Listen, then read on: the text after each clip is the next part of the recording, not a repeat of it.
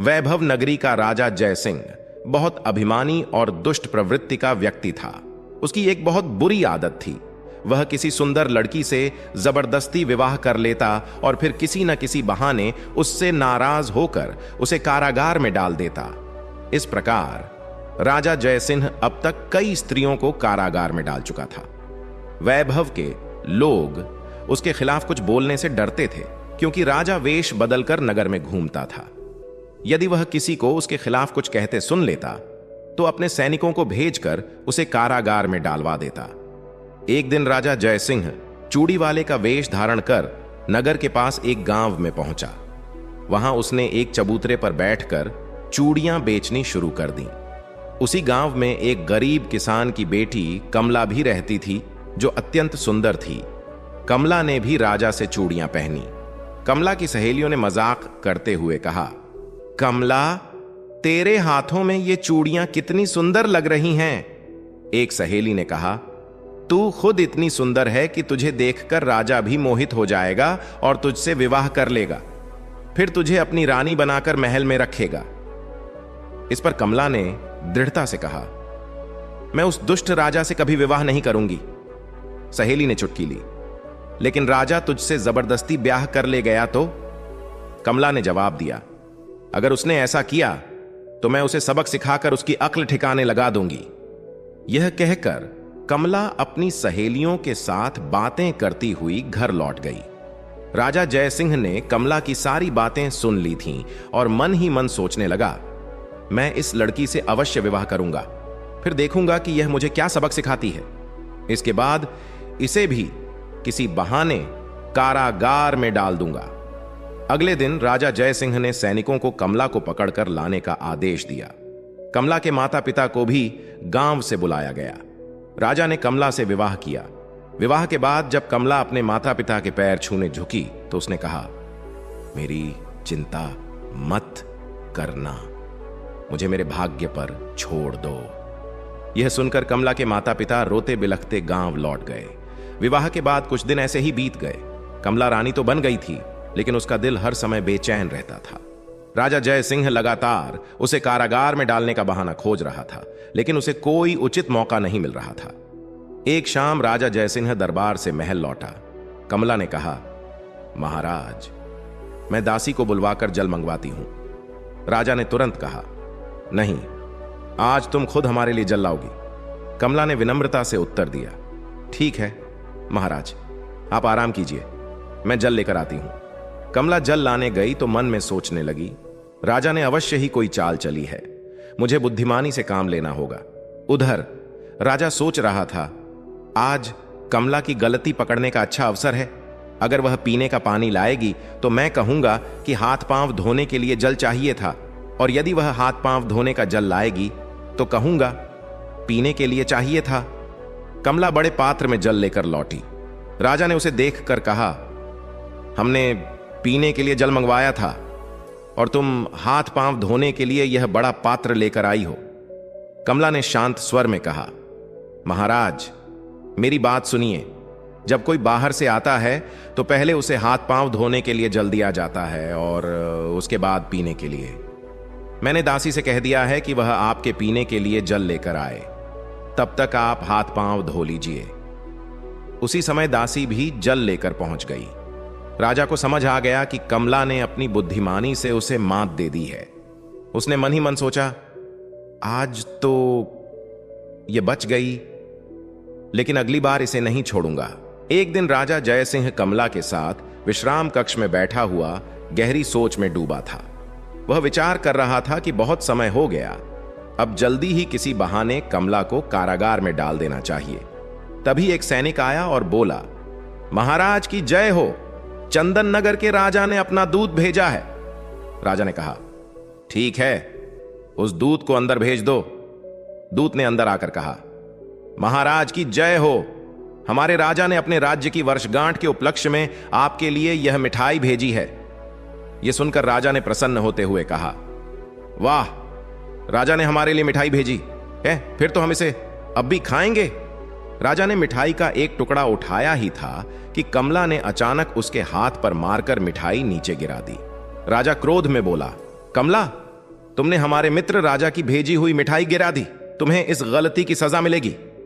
कमला शांत स्वर में बोली, महाराज, मैंने कोई गलती नहीं की है, बल्कि मुझे तो इसके लिए पुरस्कार मिलना चाहिए। राजा ने हंसते हुए कहा, अवश्य, हम तुम्हें कारागार का पुरस्कार देंगे। सैनिकों, कमला को बंदी बनाकर ले जाओ और कारागार में डाल दो। कमला ने विनम्रतापूर्वक कहा, ठहरिए महाराज, मुझे कारागार में डालने से पहले इस मिठाई का परीक्षण कर लीजिए। राजा ने गुस्से से कहा, परीक्षण? यह तुम्हारी कोई चाल है, लेकिन इससे तुम सजा से नहीं बच सकती। कमला ने उत्तर दिया, महाराज, मुझे अपनी गलती पर सजा स्वीकार है, परंतु एक बार इस मिठाई को किसी कुत्ते या बिल्ली को खिलाकर देख लीजिए। यह सुनकर वहां खड़ा दूत घबरा गया और सोचने लगा, मुझे यहां से भाग जाना चाहिए, नहीं तो राजा मुझे फांसी पर चढ़ा देंगे। राजा ने आदेश दिया, सैनिक, पहले इस दूत को बंदी बना लो, फिर किसी कुत्ते या बिल्ली को मिठाई खिलाओ। सैनिकों ने दूत को बंदी बना लिया। तभी दूसरा सैनिक एक बिल्ली को पकड़ लाया। बिल्ली को मिठाई के पास छोड़ दिया गया, लेकिन मिठाई खाते ही बिल्ली मर गई। यह देख राजा चौंक कर बोला, अरे, इसमें तो जहर था। कमला ने कहा, हां महाराज, मिठाई में जहर मिला था। मैंने दूत के चेहरे के हाव भाव से ही यह समझ लिया था। वैसे भी किसी बाहर से लाई गई वस्तु को बिना परीक्षण के खाना खतरनाक हो सकता है। राजा सोचने लगा, ओह, कमला ने मुझे मरने से बचा लिया, लेकिन खुद भी सजा से बच गई। खैर, अगली बार इसे कारागार में डाल ही दूंगा। राजा ने कहा, कमला, तुमने अच्छा काम किया है, हम तुमसे यही आशा करते हैं। कुछ दिन ऐसे ही बीत गए। राजा को कमला को सजा देने का कोई बहाना नहीं मिला। एक दिन राजा ने कहा, कमला, आज हम शिकार पर जा रहे हैं, शाम तक लौट आएंगे। कमला बोली, ठीक है महाराज, मैं आपकी प्रतीक्षा करूंगी। राजा कुछ सैनिकों के साथ शिकार पर निकल गया, लेकिन यह शिकार केवल एक बहाना था। असल में वह कमला को फंसाने के लिए नई चाल चल रहा था। जंगल में पहुंचकर राजा ने सैनिकों से कहा, आज मौसम बहुत अच्छा है, हम कोई शिकार नहीं करेंगे, तुम महल जाओ और रानी कमला को यहां लेकर आओ, आज हम सैर करेंगे। सैनिक ने कहा, जो आज्ञा महाराज।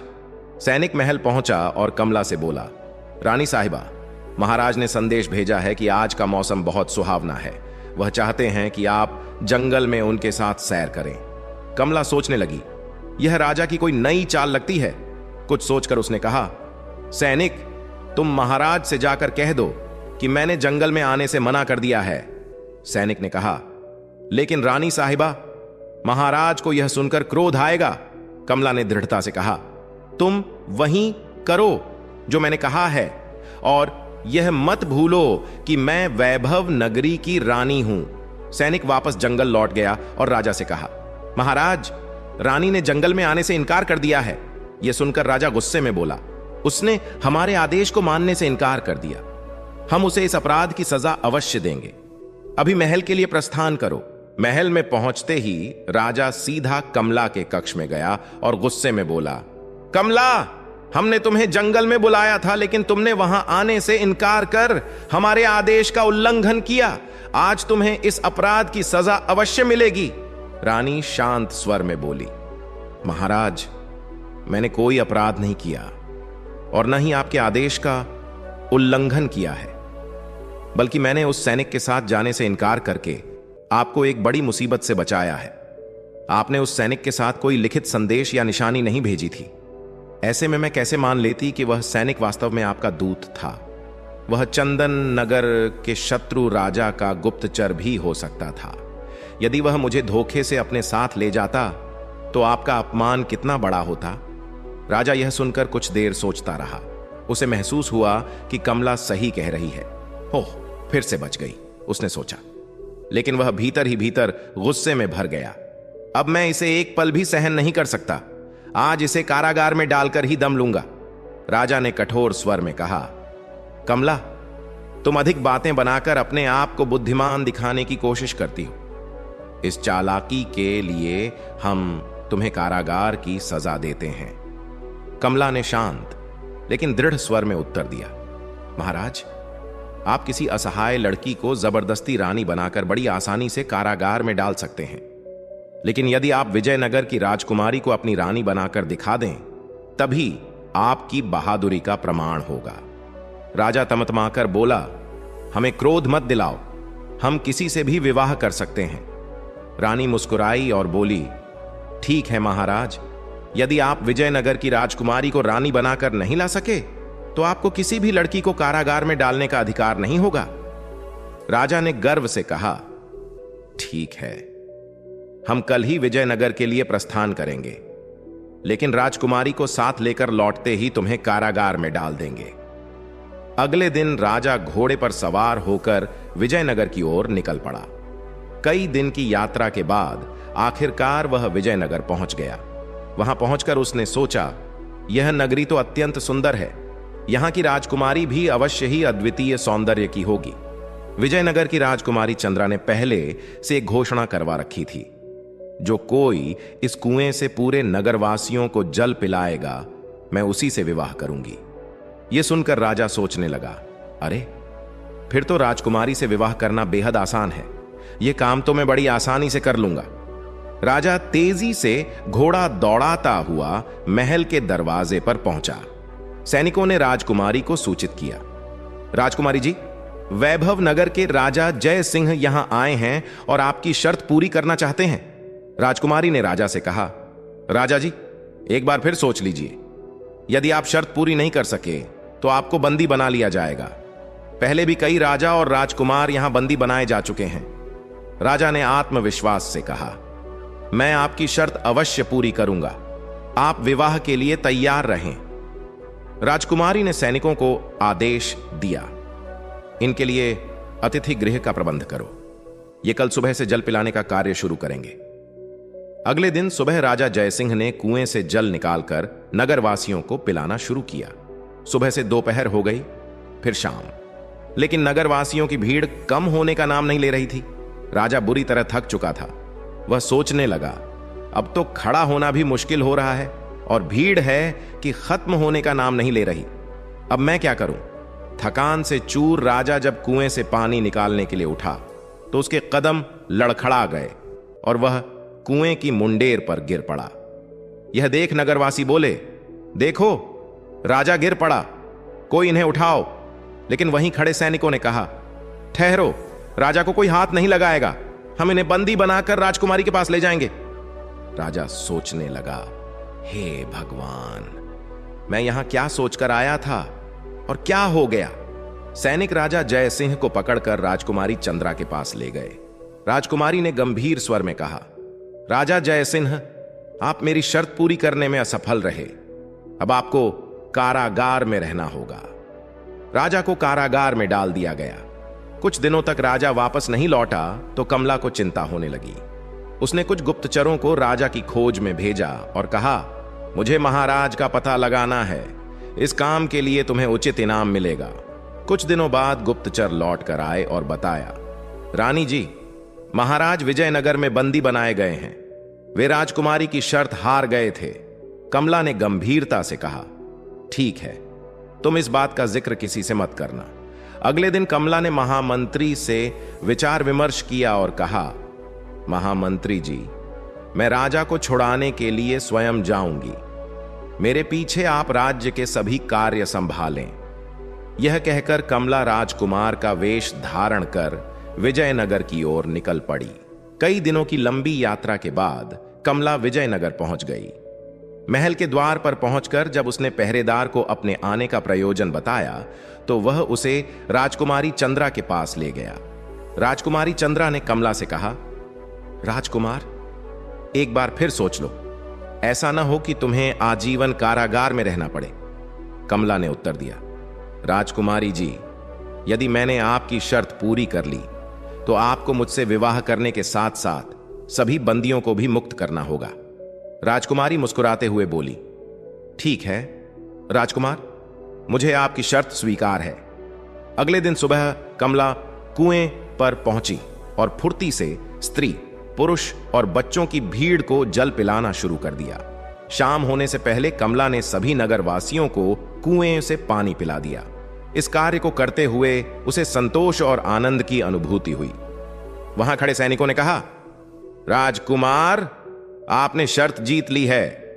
अब कृपया हमारे साथ राजकुमारी के पास चलें। जब सैनिकों ने राजकुमारी चंद्रा के कक्ष में जाकर यह सूचना दी तो वह बोली, राजकुमार, अपनी शर्त के अनुसार मैं आपसे विवाह करने के लिए तैयार हूं और सभी बंदियों को मुक्त करने का आदेश देती हूं। दूसरे दिन कमला का विवाह राजकुमारी चंद्रा के साथ धूमधाम से संपन्न हुआ। विवाह के बाद कमला ने राजा जय सिंह को अपने सेवक के रूप में रख लिया। चूंकि कमला राजकुमार के वेश में थी, जय सिंह उसे पहचान नहीं पाया। कमला ने कहा, जय सिंह, मैंने तुम्हें कारागार से मुक्त कराया है, अब तुम्हें मेरे साथ रहना होगा। जय सिंह ने सिर झुकाकर कहा, जी राजकुमार, मुझे स्वीकार है, आपका यह उपकार मैं कभी नहीं भूलूंगा। 2 दिन बाद कमला राजकुमारी चंद्रा और जय सिंह के साथ वैभव नगर के लिए रवाना हुई। यात्रा के दौरान जब वे वैभव के पास पहुंचे तो कमला ने एक सैनिक से कहा, सुनो, हमें किसी आवश्यक कार्य से जाना होगा, तुम सब राजकुमारी और राजा को वैभव पहुंचाओ। यह कहकर कमला घोड़े पर सवार होकर तेजी से वहां से निकल गई। जब राजकुमारी चंद्रा और जय सिंह सैनिकों के साथ वैभव पहुंचे तो जय सिंह ने सोचा, अरे, मैं तो अपने नगर पहुंच गया हूं, अब डरने की क्या बात है, यहां का राजा तो मैं ही हूं, इस राजकुमारी को भी अपने महल ले जाऊंगा। जय सिंह ने ऊंचे स्वर में कहा, सुनो, मैं इस नगर का राजा जय सिंह हूं, तुम सबको मेरा आदेश मानना होगा। यदि नहीं माना तो मैं तुम्हें अपने सैनिकों से कैद कराकर कारागार में डलवा दूंगा। इसके बाद जय सिंह सबको अपने महल ले गया। महल में पहुंचते ही जय सिंह ने कमला को अपने कक्ष में बुलाया। कमला ने पूछा, आप आ गए महाराज, कई दिनों से मैं आपकी प्रतीक्षा कर रही थी। जय सिंह ने गर्व से कहा, हम विजयनगर की राजकुमारी चंद्रा को अपनी रानी बनाकर लाए हैं, अब तुम्हें शर्त के अनुसार कारागार में रहना होगा। कमला चंद्रा के पास जाकर बोली, राजकुमारी चंद्रा तो सचमुच बहुत सुंदर है, लेकिन क्या सच में महाराज ने आपको शर्त जीतकर रानी बनाया है? जय सिंह ने उत्तर दिया, राजकुमारी चंद्रा तुम्हारे सामने बैठी हैं, फिर तुम ऐसा प्रश्न क्यों कर रही हो? कमला ने गंभीर स्वर में कहा, महाराज, आप झूठ बोल रहे हैं। यह तो मुझे पता है, क्योंकि राजकुमारी चंद्रा और मैं सहेलियां हैं। जिस राजकुमार ने राजकुमारी चंद्रा से विवाह किया था वह और कोई नहीं बल्कि मैं स्वयं थी।